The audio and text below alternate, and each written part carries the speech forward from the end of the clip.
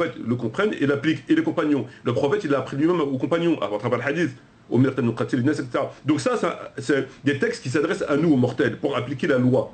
Maintenant, les textes qui s'adressent entre Dieu et l'homme, le jour de la résurrection, comme ce hadith-là, il fait plus état de la vie terrestre. Il part entre l'homme et Dieu le jour de la résurrection, qui rentrera au paradis. Et ces textes-là ne rentrent pas en considération avec la loi terrestre. C'est-à-dire c'est entre Dieu et sa créature. Tu comprends? Ce qui va pardonner, si tu vas finir par entrer au paradis, c'est entre Dieu et la créature. Donc ces textes, on ne peut pas les prendre en considération au niveau terrestre. Au niveau terrestre, ce qui prime, c'est les textes qui s'expriment à l'homme.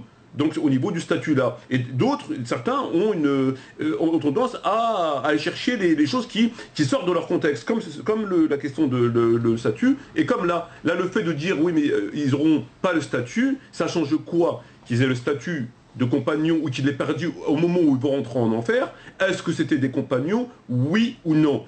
La question c'est oui, il n'y a pas de doute. Bon. Donc à partir du moment où c'était bien des compagnons, comment tu peux harmoniser le fait de dire que toute personne qui a vu le prophète, ne serait-ce qu'une seule seconde, est mieux que le reste de l'humanité, alors qu'il est démontré par des hadiths authentiques, notamment par Bukhari et par Muslim, qu'un certain nombre de compagnons, comme il a dit le prophète, iront en enfer. Il y a une contradiction. Donc il faut que tu revoies leur position en amont mais, et non pas en aval. Il faut que tu revoies leur définition. C'est quoi un compagnon? Et d'ailleurs, ce hadith, ça serait le seul.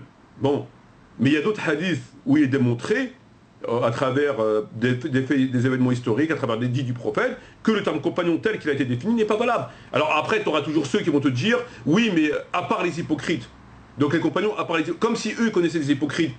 Justement, eux, ils ne connaissent pas les hypocrites. Il y a qui les connaît les hypocrites? Même le prophète ne connaissait pas tous les hypocrites. Il n'y a qu'Allah qui connaît les hypocrites, comme dit dans le Coran. Il dit, certains hypocrites que tu connais, que d'autres que tu ne connais pas, mais nous on les connaît. D'accord? Donc eux, ils vont te dire, oui, mais à part les hypocrites. Mais justement, est-ce que tu sais qui sont les hypocrites?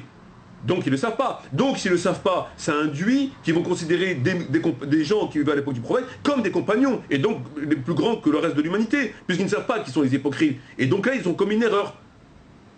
Donc ça reste pas valable. Et le texte que le frère dit, qui rentre au paradis avec le statut de musulman ou de non-musulman, ça change strictement rien. Ils étaient compagnons, ça s'arrête là. Le reste, ça ne nous concerne pas, c'est dans l'au-delà.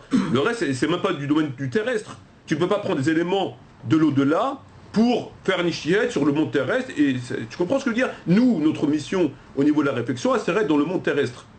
On ne va pas au-delà.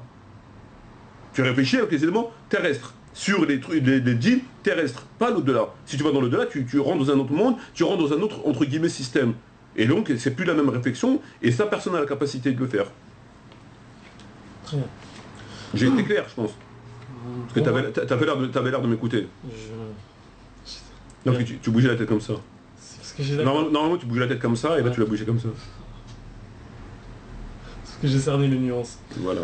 Donc ensuite, il nous parle de Omar, radiyallahu anhu, et du jour du jeudi.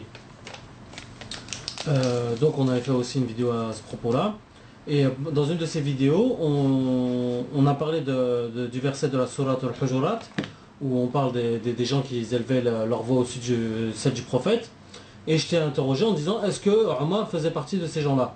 Donc selon le frère, tu as marqué un temps d'arrêt et tu n'as pas dit clairement que non. Que non quoi? Que non, il ne faisait pas partie de ces gens-là. Quel genre?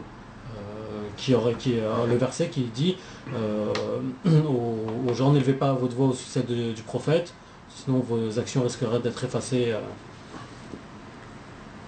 Écoute, le verset qui dit Ya ayyuhalladhina amanu la tarfa'u aswatakum fawqa sawti an-nabi, ce verset d'après l'imam al-Bukhari a été révélé lorsque Abu Bakr et Omar radiyallahu anhum, ils se sont disputés en présence du prophète, d'après Bukhari. Et donc à ce moment-là, Dieu a révélé ce verset Ya ayyuhalladhina, etc. Après quoi Omar ibn Khattab lui-même le dit, radiyallahu anhu, il dit depuis que Dieu a révélé ce verset, je n'ai plus élevé la voix au-dessus du prophète. Donc ce verset a été révélé dans ces circonstances d'après Bukhari. Donc après, qu'est-ce que tu veux que je dise? Est-ce que Omar fait partie de quels gens? Des gens de qui les actions seront effacées. Mais comment tu veux t'exprimer sur une question? C'est la spéculation. Est-ce qu'on a le droit de spéculer? Non. Ben voilà. Est-ce que Dieu il a cité des noms? Dieu il dit simplement n'élevez pas votre voix au-dessus du prophète, c'est tout, il n'a pas cité de nom. Voilà, donc pourquoi de poser la question qui fait... La question n'a pas de sens. La question... Maintenant si tu poses mon avis à moi, Moi, je dis non. Je suis absolument affirmatif là-dessus, que non, pas du tout. Mais la question n'a pas de sens. Pourquoi tu poses une question sur un sujet qui est resté dans un domaine primaire, qui est resté dans un domaine où Allah n'a pas été plus loin, où ni le prophète n'a été plus loin? C'est la spéculation. Et la spéculation sur les personnes, c'est haram. Ça veut dire que tu te permets de dire qui ira en enfer, que ça veut dire quoi? C'est plus de la religion. Allah a averti en disant n'élevez pas votre voix au-dessus du prophète, car vos œuvres peuvent être annulées, ça s'arrête là. Le commentaire s'arrête à ça, c'est tout. Le reste, c'est pas... Donc pour lui, le fait que tu aies marqué un temps d'arrêt... J'ai marqué un temps d'arrêt, comme je marque des temps d'arrêt dans des vidéos, ça n'a rien à voir avec la réponse ou la non-réponse, ça n'a aucun rapport. C'est une analyse qui est déplacée, ça n'a aucun rapport. J'ai pas de langue de bois. Les langues de bois, c'est ceux, justement, à qui... moi, j'ai pas de langue de bois. Donc moi, si tu me poses la question, là je répondrai d'ailleurs, tu ne me poses pas la question, je dis non, je te dirais non, il n'a rien à voir. Omar ibn Khattab n'a rien à voir avec ça. Voilà. D'accord. Mais la question n'a pas de sens. Ok. Donc ensuite, il parle aussi du jour du jeudi. Et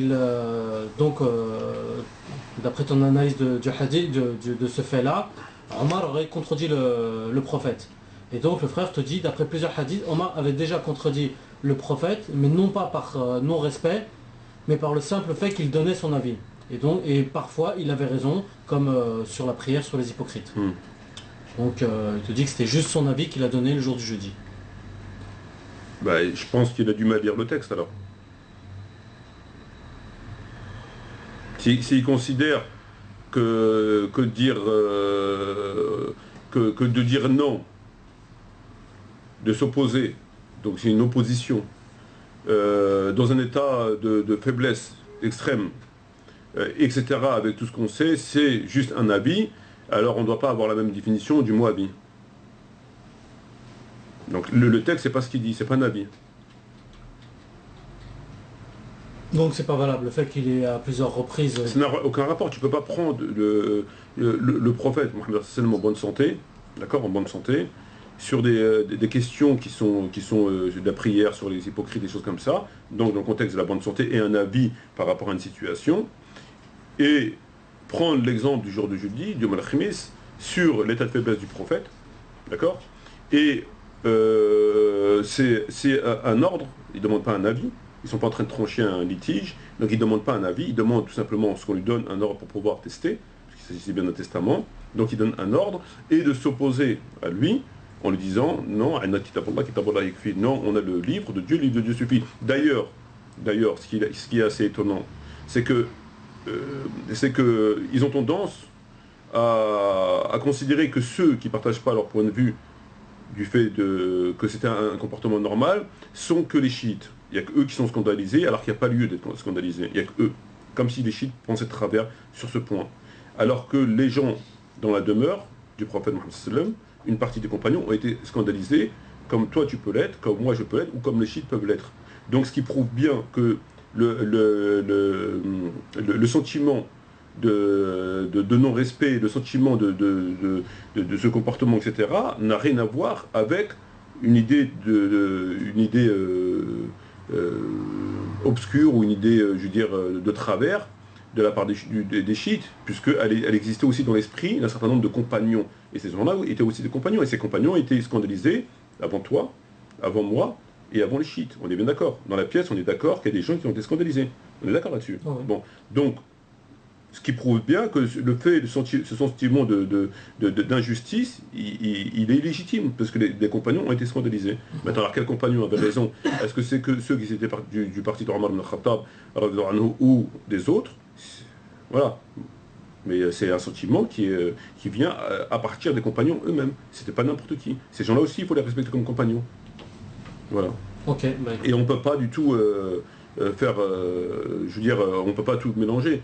La position d'un avis en bonne santé, etc., et de l'autre côté, ça n'a rien à voir. D'accord. Tu vois, tu peux pas... Ok. Bon, j'espère qu'on aura répondu à notre frère. Ouais. Et puis qui ne mettent pas... Et je te remercie, et puis à très bientôt, Inch'Allah. Merci. Shukran jazilan wa salam alaikum wa rahmatullahi wa barakatuh. Et à la prochaine, Inch'Allah.